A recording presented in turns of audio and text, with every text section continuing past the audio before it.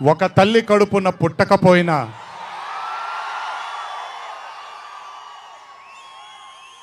నన్ను కడుపులో పెట్టుకొని నేను చేసిన తప్పుల్ని క్షమిస్తూ నా బాధల్లో నాతో పాటు మీరు భుజాన్ని కలిగించి నా ఆనందంలో మీరు ఆనందాన్ని పంచుకొని నా బాధల్లో మీరు నాతో పాటు కన్నీళ్లు రాల్చి నేను ఇంట్లో సుఖంగా పడుకున్నా మీరు మీ దేవుళ్ళకి మీరు ఇచ్చిన మీరు కోరిన ప్రార్థనలకి ఎన్ని ఎన్ని ఎన్ని ఎన్ని జన్మలు ఎత్తినా మీ రుణం తీర్చుకోలేను.